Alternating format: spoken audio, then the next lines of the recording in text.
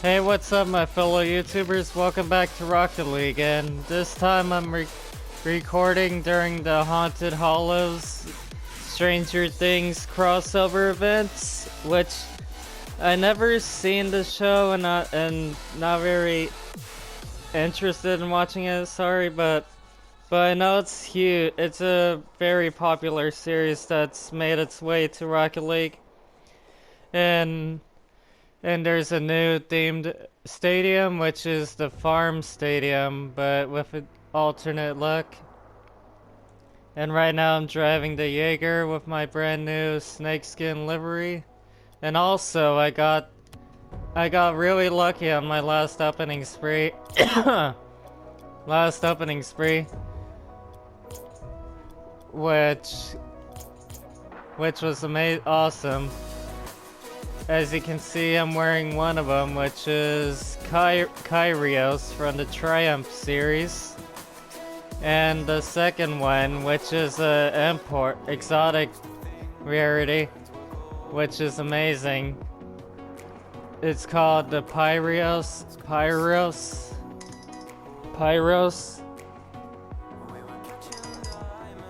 Don't mind that. So, yeah, and also got this new boost called Crackle. Excuse me. Crackle from the Totally Awesome series, an awesome boost I just got. And the rest, probably nothing too special, but yeah. The special event, Haunted Hallows, based on the hit Netflix series, and as you can see, I already got a couple items. You know, fit the theme of the fall season and Halloween, and Stranger Things items like Camp Nowhere top, the Leaf Litter Topper, Demogorgon calling card and title, and animated liveries. Spooky liveries like the Spider Boogie, Jack Tide, nice little pumpkin design, Candy Monster, which is little candy coated car with the monster hit face on the top of the Dominus, and the Hawaiian top hopper, Scoops Ahoy, the Stranger Things boost, what looks like the freaking contrail boost, but red. Autumn, nice little leaf boost, leaf stream, and some wheels, timber tire, nice wooden wheels, and star quartz, and golden pumpkin 2019 crates. Collecting candy corn, grind up some candy corn for these items. And this is as you can see, I already got a couple items because I screwed up editing screwed up trimming the footage on my PS4 and deleted everything but the 50 seconds I wanted to get rid of, the freaking loading I wanted to cut from the episode. So enough rambling. See you in a bit while I find a match. And here we go with the match of the episode. See how this turns out. And recently I got to go to a very special place that I've been wanting to go, but I could never find at all. Like, had absolutely no clue where it was until I moved to Washington. Is Dave & Buster's, which is an adult arcade restaurant where it's a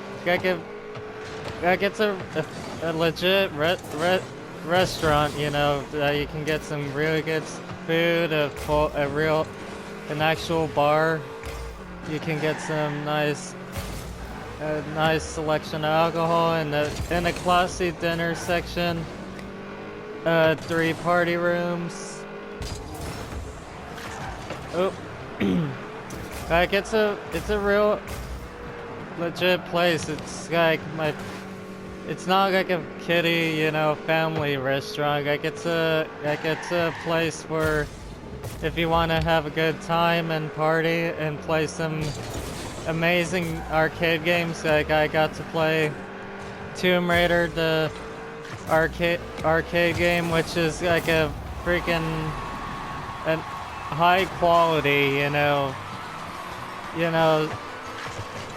arcade on-rails shooter version of the Tomb Raider reboot, which was awesome. You know, high quality cutscenes that look exactly like the game. Even the title screen looked like it was ripped from the game reboot.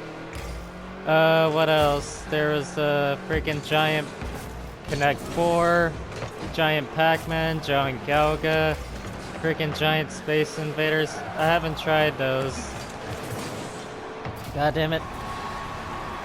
And there was a VR ride experience. Some ticket games that you can get loaded onto your play cards so you can redeem them for some souvenirs. A giant rock'em sock'em robot machine, but that was out of order, sadly. And a couple arcade games that I really wanted to play. House of the Dead Scarlet Dawn, which was awesome, you know. It was a secluded arcade shooter. It was a secluded like booth with curtains, you know. And it was freaking immersive. It was really immersive, and it got beautiful, the gameplay. Like, there was a fan, you know, at certain points of the game where it's a gust of wind from an explosion or freaking helicopter propeller overhead. There's a fan over your head and it blows wind on you, which sounded wrong. It sounded wrong explaining it, but at certain moments it'll just turn on the freaking fan on you. Whatever, like freaking explosion, gust of wind from explosion or helicopter propeller or whatever. Excuse me. And the freaking seats shook whenever something happened, you know, the explosion or freaking giant, like a huge boss enemy, you know, charging at you. You know, stomping towards you. Which was awesome, and damn it, this game. Yeah, I got to play that finally. The House of the Dead arcade game. That was awesome, but it was really difficult to avoid getting hit all the time. It was a recreation of the season 3, like where you play as a random group of survivors, you know, that were made exclusively for the arcade game. God damn it, stop. And you're trying to escape the prison from season 3 by shooting at them with the signature crossbow, Daryl's signature weapon, the crossbow. The controller was a crossbow, and you reload it by cocking the crossbow like you're loading up a bolt. That was cool. And there was this Ghostbusters arcade game, which was basically a freaking ticket earner. It was really short and really easy with 2 people. I played it with a friend of a work friend of my dad's. We were hanging out with the whole time. Yeah, this gameplay is kind of crappy right now. But yeah, it was a really short. It was 2 levels with a boss at the end. The first level was a apartment building, and you're shooting ghosts around the kitchen, and the freaking boss was a freaking cooked chicken ghost. It was a headless cooked chicken ghost. I thought it was freaking ridiculous, even for Ghostbusters. It was freaking hilarious. And the second level was an art gallery and and this was cool. The boss of the art gallery was Vigo. Vigo, I couldn't remember, or was it something else? The freaking main villain, the main powerful ghost villain from the second Ghostbuster movie. And the final stage which was a bonus stage where you have to take down all the, take down Stay Puft, and the goal was to hit every single target, and if you miss the targets 3 times, it's game over. So you had to take down Stay Puft as fast as you can, getting all the targets, and you get tickets, 500 tickets loaded into your card at the end. And it was cool. It was a cool little distraction, you know, ticket earner game.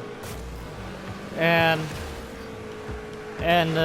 throughout the game, the freaking Ghostbusters theme song was playing the whole time, which was cool.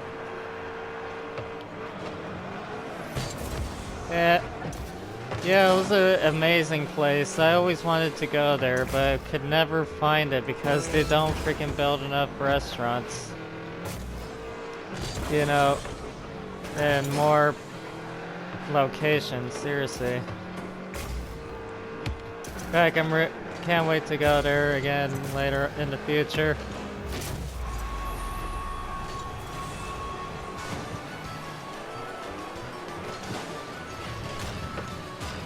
And what else? Oh yeah, I got to play the new Daytona USA game. The Halo arcade shooter. That was the first game I played there, and it was freaking empty because it was empty, so we all got to try it, and it was a cool little like unique, you know, original story for Halo. It was a good shooter. Like, it was a like it was a widescreen, which was cool. So this episode was a kind of a bad match. So I hope you enjoyed this episode. See you next time.